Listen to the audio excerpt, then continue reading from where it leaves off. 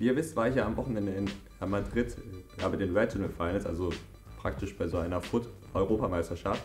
Und ja, ich glaube, dass der eine oder andere schon weiß, wie das denn so ganz ausgegangen ist. Aber ich wollte euch trotzdem nochmal hier in dem Video so ein bisschen auf jeden Fall über das ganze Wochenende erzählen. Und ja, wir können eigentlich direkt reinstarten, und zwar mit dem Freitag. Dort ging es dann für mich früh morgens los. Ja, es wurden halt die Flüge gebucht von EA, das heißt, dass wir Spieler das auch nicht selber bezahlen müssen, logischerweise, denn wir werden halt eingeladen. Und ja, ich bin halt dann von Düsseldorf losgeflogen. Mein Zug zum Flughafen ist aber leider ausgefallen, von daher musste ich mir dann halt noch ein Taxi dahin nehmen. War dann schon eigentlich aber auch die letzte ja, Hürde, die wir nehmen mussten, bis zum Flughafen in Madrid. So lief dann eigentlich relativ alles problemlos. Und ich merkte schon, ich hatte einfach richtig Lust auf diesen Tag und auf dieses Event, denn das ist eigentlich für mich immer so ein Riesen-Highlight. War es auch schon in Paris im Februar. Das ist einfach so das größte Turnier, wo ich jetzt jemals war bis jetzt, und was man halt auch bis jetzt erreichen konnte in diesem Jahr durch Foot Champions und so weiter. Und ja, dort wurden wir dann direkt abgeholt von einem Mitarbeiter von EA und wurden dann ins Hotel, ja, durften wir da halt dann einchecken. Auch das war ein sehr, sehr gutes Hotel, für die, die es vielleicht wissen wollen. Also man kann da wirklich nur sagen, dass wir da sehr, sehr gut versorgt wurden von EA. Und dann war es so, dann war es erstmal für jeden Spieler Pflicht, dass wir dort ein Fotoshooting machen und auch noch Interviews führen. Für die, die den Livestream gesehen haben, ich glaube, da wurden ja immer dann so ein paar Bilder und so eingeblendet. Das haben wir dann auf jeden Fall noch am Freitagnachmittag gedreht. Es ging aber eigentlich auch relativ schnell, also das war ganz gut organisiert, und ja, ich sag mal so, war dann eigentlich auch für uns relativ einfach, das dann eben alles zu machen. Und dann stand abends, weil wir halt erst relativ spät ankamen, eigentlich direkt auch im Anschluss, ja, schon das Player Briefing an. Das ist praktisch so, dass sich alle Spieler dann an dem Abend vorher nochmal versammeln, und da wird dann nochmal gesagt, auf was wir achten müssen, wer alles da ist, und halt einfach nochmal so eine Zusammenfassung auch für den morgigen Samstag dann, da wo ja dann gespielt wird. Und dort wurden dann auch die Gruppen ausgelost. Das ist natürlich für uns Spieler immer so das Spannendste, weil das ist halt für das gesamte Turnier schon eigentlich relativ wichtig, gegen wen man denn da so spielt. Und sonst hatte ich noch einen Spieler von Rotterdam, also von dem Fußballclub, und noch einen weiteren Spieler aus England. Ich war eigentlich ganz zufrieden mit der Gruppe, muss ich sagen. Es gab auf jeden Fall Gruppen, die von den Namen her zumindest deutlich stärker waren. Und von daher dachte ich mir, okay, da kann ich auf jeden Fall auch was reißen. Und das war auf jeden Fall schon mal sehr, sehr gut für den Freitagabend. Und ja, wir durften dann noch im Anschluss zur Location fahren. Das war praktisch wie in so einem TV-Studio, also muss man sich das so ein bisschen vorstellen, also einfach so eine riesen Halle, wo dann halt sowas aufgebaut wurde. Und dort durften wir dann auch schon mal unser Team zusammenbauen. Das war ein bisschen anders wie in Paris, denn wir haben das halt jetzt noch freitagsabends gemacht. Vorher mussten wir das halt früh morgens samstags machen. Das war immer dann ein bisschen stressig. Das war jetzt auf jeden Fall deutlich einfacher, und ja, wir hatten dann halt einen Verein, wo wir aus jedem einzelnen Spieler, den es gibt in FIFA, durften wir halt auswählen. Das heißt, ja, ein blauer Ronaldo oder Pelé war irgendwie, glaube ich, erst auf der zweiten Seite oder so. Es war auf jeden Fall ein richtig, richtig geiler Verein, und es macht einfach immer wieder Spaß, sich dann ein Team zusammenzubauen. Und dort durften wir dann auch noch so 2, 3 Spiele machen gegen die anderen Pros, um uns so ein bisschen an das Gameplay zu gewöhnen. Denn ihr müsst wissen, wir spielen bei solchen Turnieren immer auf einer extra FIFA 17 E-Sport Edition. Das heißt, das ist extra von EA nochmal ja, produziert worden, und da ist das Gameplay halt ein bisschen anders. Also das ist halt ein bisschen langsamer als in Foot Champions, und da muss man sich halt erstmal als Spieler so ein bisschen dran gewöhnen. Und das war halt dann ganz gut, dass wir dann abends noch halt schon mal ein bisschen testen konnten, und dann war ich aber auch sehr, sehr müde abends. Bin dann, glaube ich, so um 10:30 oder so schlafen gegangen, denn ja, für uns ging es dann früh morgens am Samstag auf jeden Fall aus dem Bett und dann zur Location und zum Turnier. So, ja, am Samstag war es dann so, dass wir um 6:30 Uhr mussten wir unten sein in der Players Lounge. Das heißt, ja, wir mussten so um 5:45 oder so aufstehen, halt sehr, sehr, sehr, sehr früh. Gerade, glaube ich, ja auch für uns, also ich war es zumindest nicht gewohnt. Ich habe zwar versucht, in der Woche vorher das so ein bisschen halt umzustellen, so den Schlafrhythmus, aber so ganz klappt das ja natürlich nicht. Dort gab es dann noch ganz kurz Frühstück. Das ist aber bei mir eigentlich immer so, dass ich dann gar nicht so viel esse, weil man ist dann halt irgendwie, wenn man so aufsteht, man ist so direkt einfach fokussiert.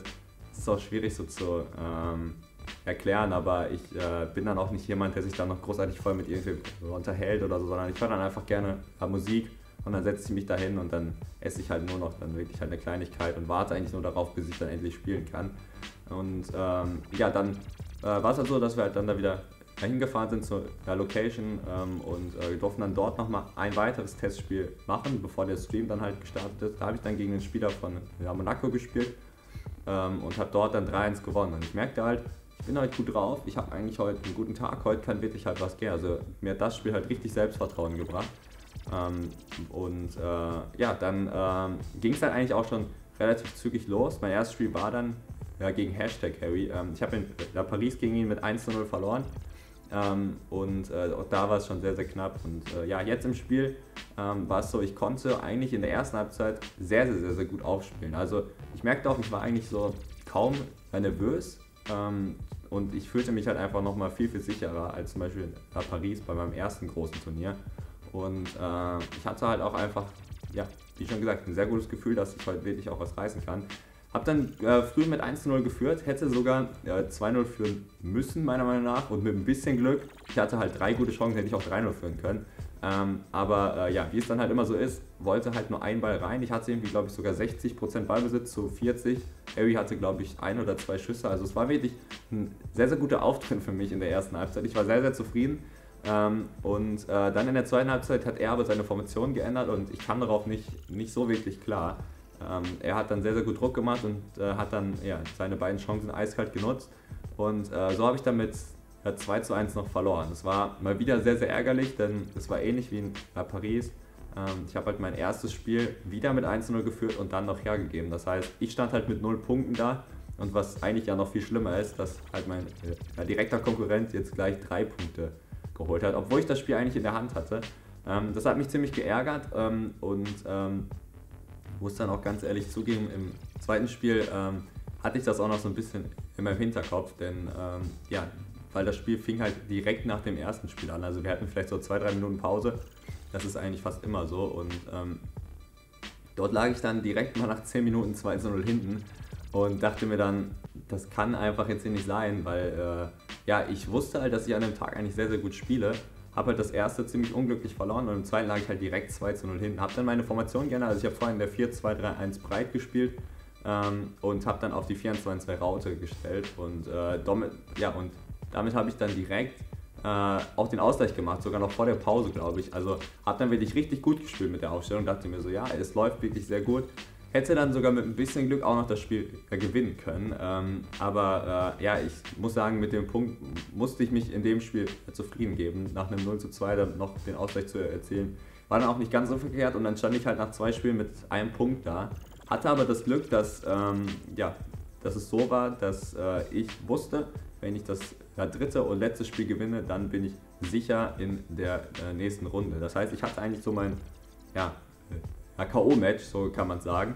Hab dann halt gegen den Spieler von Rotterdam gespielt, der hatte zu dem Zeitpunkt 4 Punkte, also war sehr, sehr gut auch unterwegs und das war halt auch ein sehr, sehr spannendes Spiel. Aber ich lag auch da wieder zweimal hinten, das heißt einmal mit 1:0, dann kam der Ausgleich von mir und dann lag ich nochmal mit 2:1 hinten. Aber irgendwie hatte ich die ganze Zeit so das Gefühl, ich werde das schaffen, ich werde gegen ihn noch irgendwie gewinnen und konnte dann mit ihm auch und dann konnte ich auch gegen ihn mit 3:2 gewinnen, habe in dem Spiel 3 Longshot-Tore gemacht. War ein bisschen lustig, weil ich kam eigentlich nicht wirklich so in seinen Strafraum rein.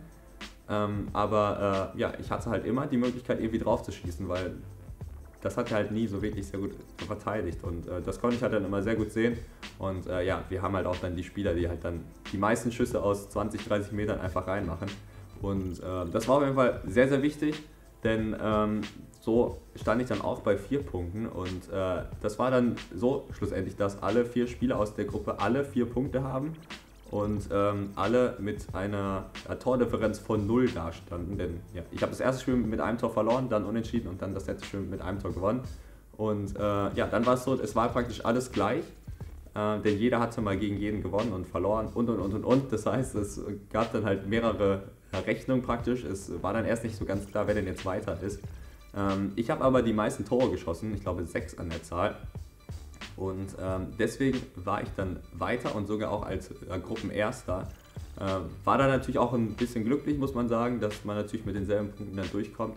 Aber ja, ich habe halt die meisten Tore geschossen, war halt dann irgendwie doch noch besser als die anderen.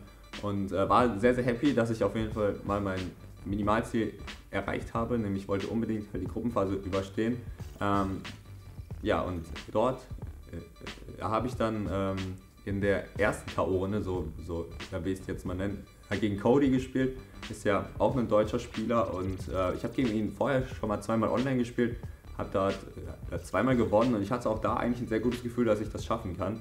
Aber irgendwie in dem Spiel lief es einfach gar nicht. Also er hat sehr, sehr gut Druck gemacht, hat mich irgendwie kaum hinten rauskommen lassen, hat in der 4. Minute ein relativ glückliches Tor gemacht, muss man ehrlich zugeben. Aber ja, und hat mich halt dann so direkt sehr gut unter Druck gesetzt. Aber ja, er meinte zu mir nachher, es war mit Abstand auch sein bestes Spiel an dem Tag gegen mich. Und ich muss ganz ehrlich sagen, ich hatte in dem Spiel wenig Chancen, habe dann auch hoch verdient, auch mit 2:0 verloren, muss ich auch ganz klar einfach mal so anerkennen. Und dann war es so, dann war ich halt aus dem Siegerbaum praktisch raus und dann ist es so, dass man dort dann in ein Loser-Bracket reinrutscht. Das heißt, man hat auch, wenn man einmal verloren hat, immer noch die Chance, das ganze Turnier zu gewinnen. Und ja, das war dann so, dass Gorilla zu demselben Zeitpunkt gleichzeitig auch sein Spiel verloren hat. Und das heißt, dass wir dann in dem Loser-Bracket gegeneinander gespielt haben, darum, wer denn jetzt noch weiterkommt und wer denn jetzt ausgeschieden ist. Und ja, ist natürlich einer der stärksten Spieler, die es weltweit aktuell gibt. Ich muss sagen, ich hatte vor dem Spiel eigentlich nicht so ein gutes Gefühl. Ich hatte natürlich auch Respekt vor dem Gegner, ganz klar, und einfach auch vor dem Namen. Aber ja, ich habe eigentlich dann relativ befreit trotzdem aufgespielt und muss sagen, das war eigentlich auch eins meiner besten Spiele, die ich an dem Tag gemacht habe. Ich kann es schon mal so viel vorwegnehmen, ich habe dann das Spiel leider knapp auch mit 2:1 verloren, aber ich war meiner Meinung nach auf jeden Fall ebenbürtig und hatte sehr gute Chancen, vor allem auch ganz am Anfang, musste dann ihn sogar dazu zwingen, dass er seine Formation ändert und das ist bei ihm immer so. Ja, also das ist halt ganz, ganz selten, dass Gorilla da mal seine Formation ändert. Und das war halt ein sehr, sehr gutes Zeichen für mich, denn ich merkte halt, er hat auf jeden Fall Probleme. Stand dann aber trotzdem 0:1 für ihn. Er hat mit Messi mit dem rechten Fuß ein richtig gutes Longshot-Tor gemacht.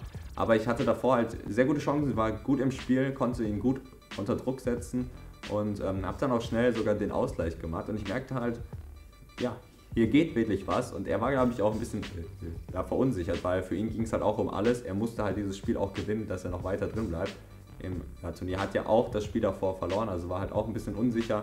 Und ja, er hat dann schlussendlich in der 82. Minute ein Kopfballtor aus knapp 16 Meter gemacht, nach einem Freistoß aus dem Halbfeld. Ist ein Tor, muss ich sagen, als Pro kann man das auch nicht wirklich verteidigen. Ich habe extra noch meinen Spieler zu seinem Spieler gestellt, weil ich halt wusste, dass der den Ball da hinbringt. Aber ja, mehr als wirklich B- oder Kreis drücken, ich glaube, die meisten FIFA-Spieler von euch kennen das, kann man da einfach leider nicht. Von daher war es halt ein Tor, was von ihm sehr, sehr gut gemacht war, aber war halt auch dann sehr unglücklich. Und ja, somit habe ich dann die beiden Spiele in der K.O.-Runde direkt leider verloren, war dann ausgeschieden, kam dann schlussendlich auf Platz 5 bis 8, also halt bis ins Viertelfinale bei dem Turnier. Und man muss aber trotzdem sagen, es war auch keine schlechte Leistung, ich war auch nicht wirklich unzufrieden, denn ja, wie gesagt, es sind dort die besten Spieler Europas gewesen. Habe mein Ziel mit der Gruppenphase überstehen auf jeden Fall ja, so ungefähr erreicht, würde ich sagen. Und ich konnte wieder sehr wichtige Erfahrungen sammeln für die Zukunft und von daher ja, war es dann auch nicht ganz so schlimm. Nach einer kurzen Zeit konnte ich mich dann damit auch abfinden, dass ich halt raus war und ja, dann haben wir halt noch die restliche Zeit genutzt, waren dann noch abends in Madrid in der Innenstadt, haben uns dann noch ein bisschen so die Stadt angeguckt, waren auch noch was essen mit ein paar anderen Spielern und das war wirklich sehr, sehr schön, muss ich sagen und ja, dann haben wir halt noch einfach den Abend genossen, war auch ein sehr, sehr gutes Wetter in Madrid, war zumindest deutlich besser als hier in Deutschland und ja, dann ging es für mich auch abends eigentlich auch wieder relativ früh ins Bett, ich war auch natürlich sehr müde von dem ganzen Tag, sehr früh aufgestanden, denn ja, das Ganze ist dann halt auch relativ anstrengend, muss man dann noch ganz ehrlich sagen. Und morgens ging es dann für mich aber auch wieder sehr, sehr früh raus, denn ich musste wieder um 6:30 oder so raus, weil mein Flug halt so früh gebucht wurde von EA und ja, dann war eigentlich der Sonntag nur noch dazu da, nach Hause zu fliegen. Das verlief auch eigentlich alles problemlos und ja, dann war auf jeden Fall für mich das Wochenende vorbei. Es war aber trotzdem ein sehr cooles Wochenende. Ich möchte mich an dieser Stelle natürlich nochmal für die ganze Unterstützung bedanken bei euch. Ich habe sehr, sehr viele Nachrichten bekommen oder auch die ganzen Kommentare unter den ganzen Posts, die Leute, die da mitgefiebert haben. Vielen Dank auch auf jeden Fall, das hilft mir immer sehr, sehr. Und ja, ich hoffe, dass ich euch mit dem Video so einen kleinen Einblick geben konnte. Und ja, macht's gut, Leute. Haut rein und ciao.